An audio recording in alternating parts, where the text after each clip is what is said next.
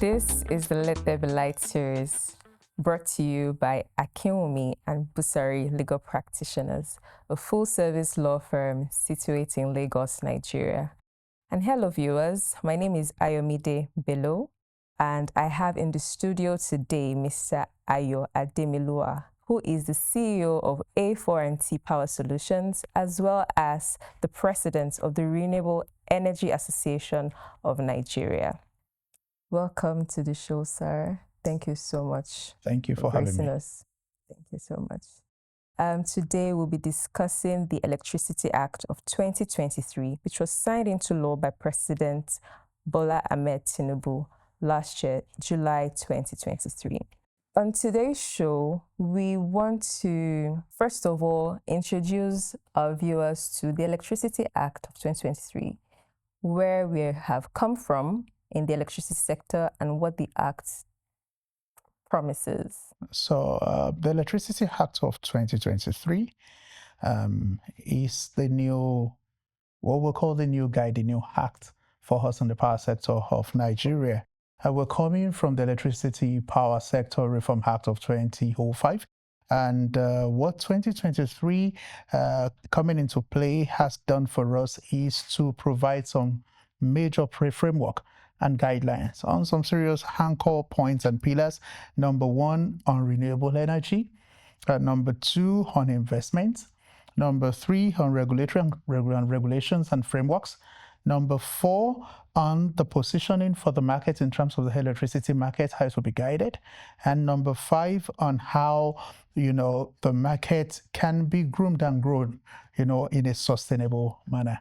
That's the way how we'll put the act for now. Wow, that's robust. Just starting from your first point on renewable energy, as the president of the Renewable Energy Association of Nigeria, what excites you most about this act? What excites me most, I think the act has been able to provide a very good solution to one of the major problems we have in Nigeria power sector. Many times people don't really know that one of the major problems we're having is the fact that we used to run a centralized power generation power plants and focus, and we distribute from there to all the parts of the country. And we have transmission backbone, the transmission grid of Nigeria, which is dated over 50 years right now. And you can imagine what it is. Yes, we've been pumping money as a country to maintain this transmission line over years, but the truth be told, they're aged. So you find out that from time to time, they break down, from time to time, they're broken. And since our generations are from different parts of centralized areas, and we're wheeling over thousands of kilometers to get to wherever our people are, you can imagine when there's a break in the middle, then the people end up not having lights. So that's the problem we've been trying to face over the years, and the country has been pumping money to reassure that that particular infrastructure model works. So what this Electricity Act has done for us is to decentralize it and to say that, hey, we are having problem wheeling the power from the places where we have centralized the generation. Let's bring an act that will encourage investors to be able to invest in decentralized way of generating power, of transmitting, of distribution, of accounting. And the only way when you're beginning to look at decentralization, one of the major ways you can use is to use renewable energy. Because with renewable energy and with the way Nigeria has been blessed naturally, we kind of have different renewable energy sources, natural sources, in different parts of the country. So by decentralizing the generation, distribution, transmission, we can find our place of strength per region and move power from there. So for me, the Electricity Act has opened the gate for us to be able to utilize what we have to get what we want, because before we couldn't do it when it was centralized. Now that it's decentralized, then we can all go to our regions and states and local governments and try to be able to use our natural resources to generate. That's interesting. One of the things that you touched on was using what we have to get what we want per region.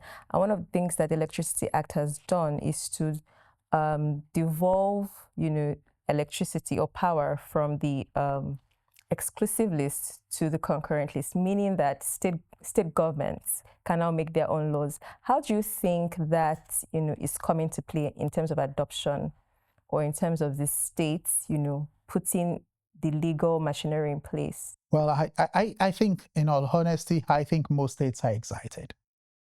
And I mean, if you've been able to study the act very well, you will see that's really empowered the states. So, and I see that many states are beginning to embrace it. I know that Ondo states, has the electricity law ready. I know that some couple of other 2, 3, 4 states they've also had the law, because what the act has said is that until a state has its own electricity law, they keep relying on NEC, to be the guide. So I see that the states are embracing it, because in it for the states is not only the liberation of the people from darkness, but also ability to unbundle and to utilize the opportunities that are embedded in that act for investment generation, for job creation, for employment opportunities, for growth of GDP, for trade. There are so many things that are already embedded in that act that it unfolds, because it's kind of like a one key opening too many doors. You have the key opening for you to have the light. Secondly, you have the key opening for you to have investors coming to invest in your state. And once you have investors investing in your state and they're able to generate the energy needed, energy is the blood of the economy. Once you have the energy, every other thing can ride on it. I'll just take on another point that you mentioned in terms of investments. The act has opened the door for investment opportunities. How do you think, I want to just delve deeper into that, how the act, and what potentially players that want to come into the sector should look out for? Okay, so like we know that the act has said that we can right now, the states can enact their own laws to guide their electricity market. The act has also, allowed for independent system operator, which was the role that hence TCN was bundling with his role before.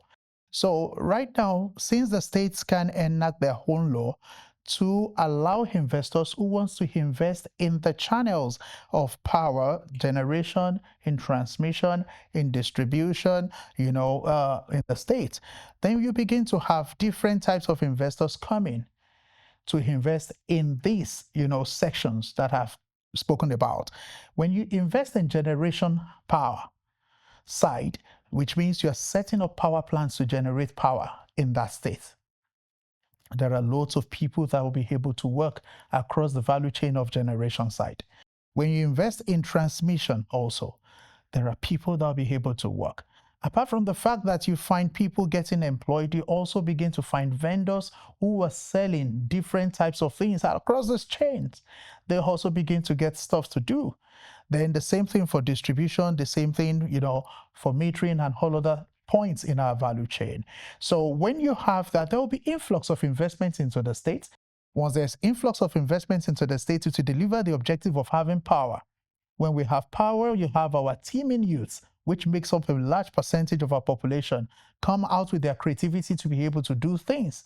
Then you have industries can flow up, because states that are rightfully thinking can backward integrate from what they want to have as output in terms of the industry, and think about the necessary products and services that is needed and position for it right now.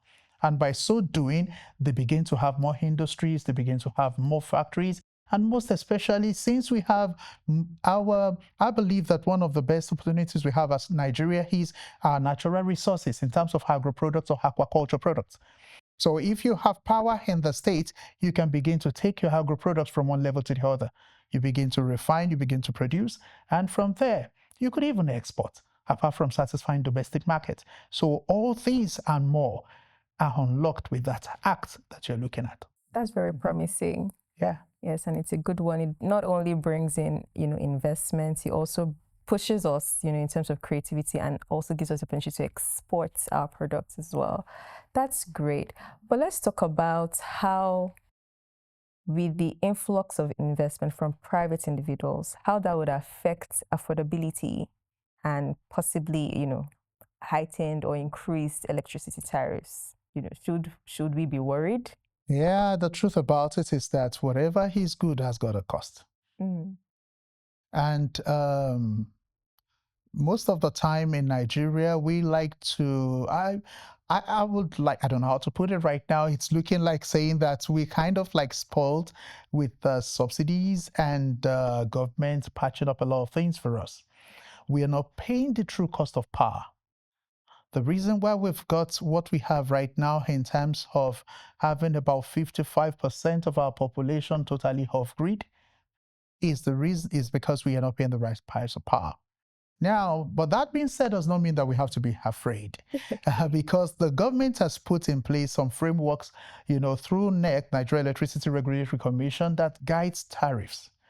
So, as against what people think, players in the industry do not just come out arbitrarily to set tariffs. Even if you play, in the independent power sector, to power towns, to power states, you're guided by what we call multi-year tariff order, which is a framework by NEC. And in that multi-year tariff order by NEC is what we have as a financial model, where you're expected to upload all your capex and your opex in your planned investment, and NEC has, worked it arithmetically in such a way that it gives you a figure that guides what you can charge. So the federal government of Nigeria has protected the citizens through NEC by providing that particular cost-reflective framework calculation model, so that investors are not just coming in and you don't come in and just say, oh, now I'm going to be charging 1,000 naira per kilowatt hour. It is not just off the head. You have to run it through the NEC model and have the approval of NEC, so that NEC looks at it and says, okay, is this right? Is it cost reflective? Yes, it gives you the return, but does it burden our people? Then NEC approves it. Then the players can go along with it in a profitable manner. So there's no cost for alarm.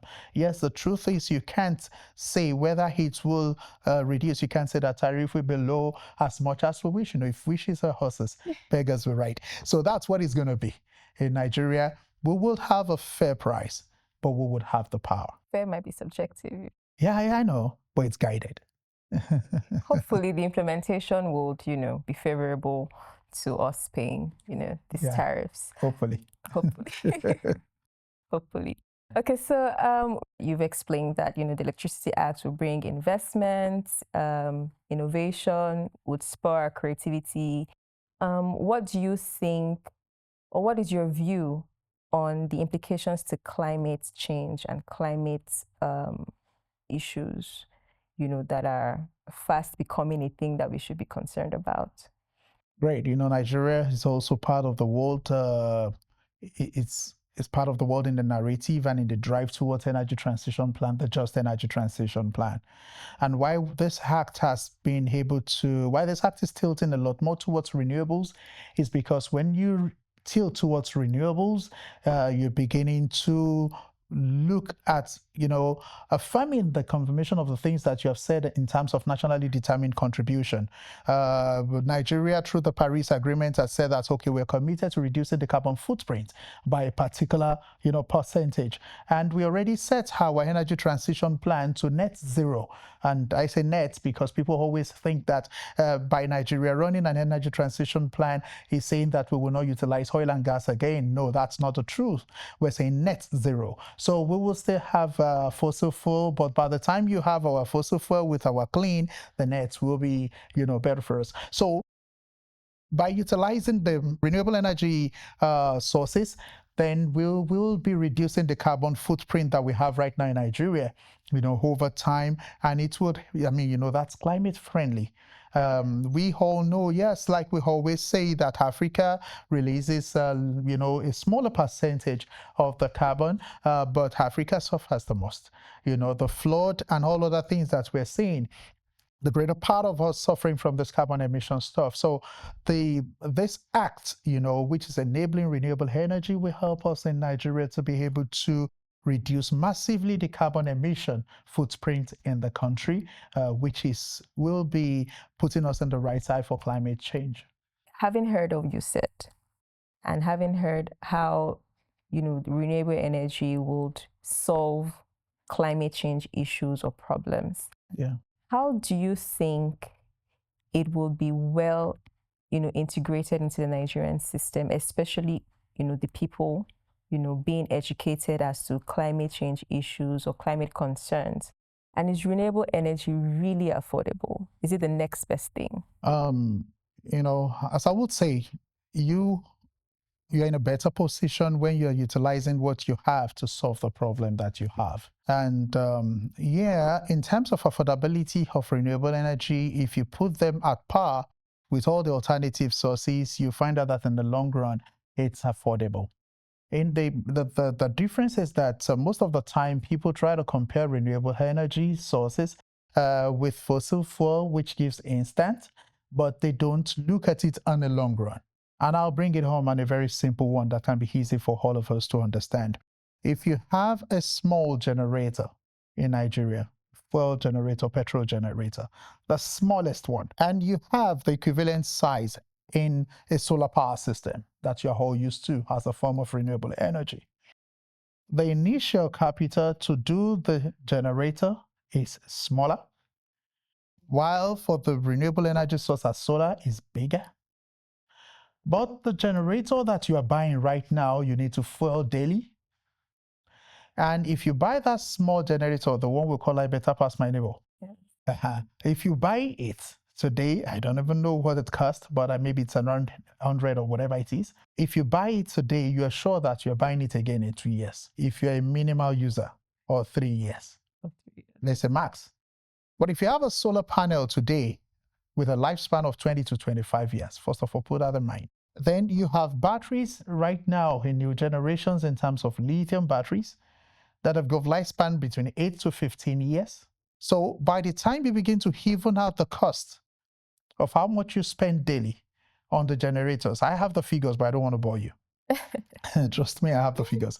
So if you begin to even out the cost that you spend on fuel daily, and you look at what you're not spending anymore when you have the solar power system, by the time it's the third year, the second, the third year, you've made back the money that you invested on solar system while you're continuing the cycle on the generator or petrol, driven power source. I literally used to tell people that every time you use a fossil fuel generator, what you're doing is you're bringing out your currency and you're lighting it on fire. You watch your money burn. In the next 10, 15 years, you never see it again. But if you have a renewable energy source, which Nigeria is overly blessed with, you want to talk about the hydro potentials across the southwest to the north central of the country, panning towards a little bit in the northwest. Or you want to talk about the solar radiation from the southwest of Nigeria, which is really great. But by the time you're touching the Borno, we're already at about 4, going to 5, which is lovely. But you want to talk about the wind that we have in the plateau, going towards Adamawa, going towards Taraba, great sources of wind, So we have, and the largest that we have that we've not even looked at is the biomass source. The kind of biomass waste that we generate and create every day, what it can give to us is unbelievable. Funny to let you know that even in the state of Lagos at the Olusosun Park, if you capture the gas, biomethane, we can generate about 10 to 20 megawatts from that location on about 40 hectares. So there are so many things that we have not used. And I'm not talking about geothermal, from the warm springs to the springs that we have. We're not even looking at them. So by the time we have all this leveraged, you will find out that what is costing us right now to rape the ground of oil and do fossil fuel generation versus natural resources, which we would have the wind forever, we would always have the sun, we would always have the water, we'll always have biomass we generate, we'll always have the warm springs for geothermal. You will find out that it is going to be cheaper for us. Like I said, the initial cost is higher, but on the longer run, it is cheaper. Thank you very much. That puts things in perspective. It would be great, for a show like this, it brings this information and this knowledge sharing, opportunity to fore to everyone to just say, let's actually think about these things. How does power actually work? How does it actually affect me? How does it change from the norm, set us on the right path? So thank you very much. That was very well You're welcome. Articulated. Thank you so much. I want to ask about the role of private sector. Are there any initiatives that that you have seen, maybe as president of the Renewable Energy Association of Nigeria, any initiatives that, is people-centric, and at the same time, right, is also bringing us back to where we want to be in terms of power? Yeah, I will speak for the kind of great works, I'll call it great works that's our members in the Renewable Energy Association of Nigeria and colleagues are doing. With investment and project development using renewable energy sources to provide power for commercial, industrial users. For towns, we have members who are powering over 10, 15, 20 towns in Nigeria right now, from generation to distribution to metering. And we have, manufacturing, and all other stuff. So privately, we find that the people are beginning to do, there are private initiatives, and we can't take it away from the government. The government is trying to do whatever they can to support private initiatives in driving this power, provision right now in the country. Government is engaging multilaterals, engaging DFIs, engaging different types of international organizations to see how they can provide more support to the privates to lead, because the truth about it is that whatever is going to be sustainable has to be largely driven by the privates. And the privates are driven by their commercial terms. So government is doing the best they can, and we have private initiatives driving right now for provision of power across the country.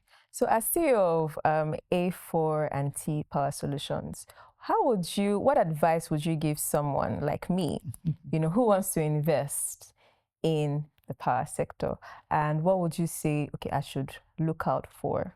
Like I said, the power sector right now in Nigeria has got different value chains. So I would advise a prospective investor to first of all think about it, that which area do I want to invest?